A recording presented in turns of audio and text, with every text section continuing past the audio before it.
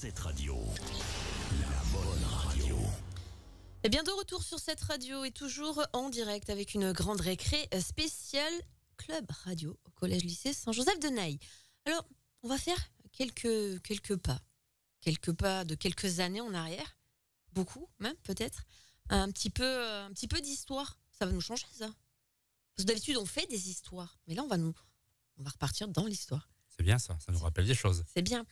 Donc Bastien est avec nous et on va te laisser démarrer ta chronique quand tu veux. Et oui, je t'ai posé la question, pourquoi tu l'avais choisi, il me semble, non ? Non. Eh bien voilà, c'est le moment d'y répondre. Tout simplement parce que le film m'a passionné, j'ai eu envie de me renseigner un peu plus et je me suis rendu compte qu'il y avait beaucoup plus à dire en réalité que le film n'en dit réellement. Donc j'avais envie de partager cette histoire depuis le début de l'année, depuis même avant le début de l'année. Au final, j'ai été un peu en retard, mais l'article est ici, donc je vais enfin pouvoir terminer l'année en beauté finalement. Allez, c'est parti, on t'écoute.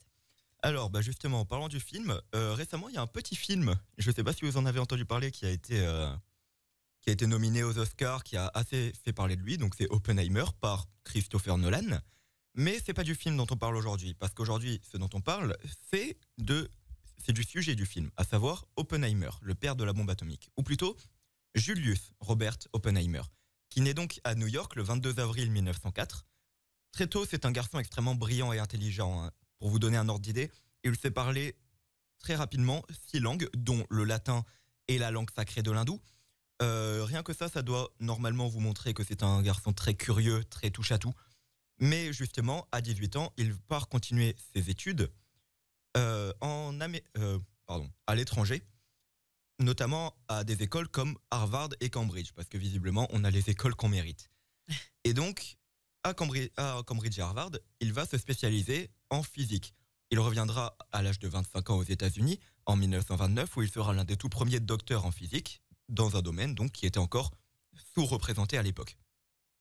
Mais justement, ce domaine, en 1938, il va être absolument révolutionné par 2 physiciens allemands qui vont avoir trouvé comment diviser l'atome, chose qui était presque considérée comme impossible à l'époque.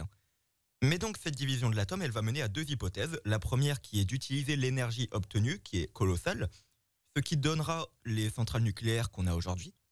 Mais la deuxième, c'est de créer une bombe à travers une réaction en chaîne. Et là, si jamais vous avez écouté ce que j'ai dit au début avec le père de la bombe atomique, vous savez que c'est sur cette deuxième théorie qu'on va se pencher dans cet article. Donc le projet Manhattan naît pour trouver la bombe atomique avant l'Allemagne nazie. Parce que vous vous doutez bien que si les États-Unis ont eu cette hypothèse, l'Allemagne nazie qui a eu l'information de la division de l'atome avant, l'a eu aussi. Et donc, il va falloir les meilleurs. Et parmi les meilleurs, évidemment, on trouve notre très cher Oppenheimer, qui devient directeur donc du projet Manhattan en 1942. Reste que le scientifique est espionné par le FBI parce qu'il est soupçonné d'être un partisan communiste. Il travaillera donc en secret au Nouveau-Mexique, à Los Alamos, qui est une ville fantôme, à l'abri des regards. Et le fait de pouvoir travailler à l'abri des regards, ça va leur permettre en 1945 de débuter le premier essai, nommé Trinity, qui se révélera être un franc succès. L'arme atomique est donc née. Maintenant, en 1945, on est au moment où l'Allemagne nazie a déjà capitulé, avant même que les États-Unis aient pu n'utiliser ne serait-ce que la menace nucléaire. Donc, il n'y a plus vraiment de raison d'utiliser cette arme. Mais les États-Unis vont quand même décider de larguer 2 bombes, une première sur Hiroshima et la deuxième sur Nagasaki, au Japon, dans le but de faire capituler ce pays qui refusait de capituler jusqu'ici. Donc après le, entre guillemets, succès de ces opérations, Oppenheimer aux États-Unis est donc vu comme un héros. Mais c'est très rapidement qu'il confiera avoir du sang sur les mains. Et pour cause, il est indirectement la cause de la mort de plus de 110 000 personnes. 110 000 personnes civiles et innocentes, on le rappelle. Et donc, c'est assez logiquement qu'il ait pris de violents remords. Se voyant comme l'homme qui a mis la bombe atomique, donc l'arme la plus puissante de l'époque qui n'ait jamais existé, entre les mains d'un pouvoir en lequel il avait confiance, mais ne souhaitant au final qu'asseoir sa domination sur le reste du monde. Et donc, face à ces remords, il sera au final décrié, notamment par le président de l'époque, qui le qualifiera de, je cite, scientifique pleurnichard.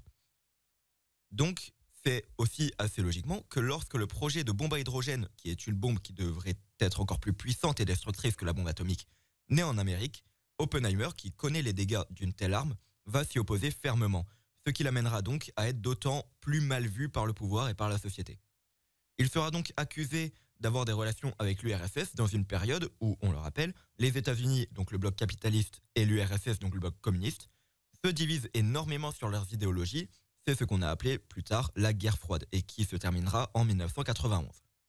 Ces accusations, elles sont donc assez logiquement extrêmement graves et elles sont notamment fondées sur le fait que plusieurs de ces relations soient des communistes avérés, mais aussi sur le fait qu'il ait assisté à plusieurs meetings communistes.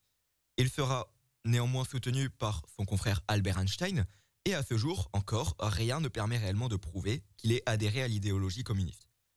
Ce qui ne va pas l'empêcher de perdre son habilitation de sécurité en 1924, habilitation de sécurité qui lui permettait tout simplement d'exercer ses fonctions.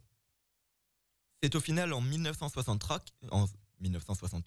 qu'il recevra le prix Fermi en guise de réhabilitation, mais il ne pourra pas reprendre ses activités pendant très longtemps, étant donné que malheureusement, il décédera d'un cancer de la gorge en 1967.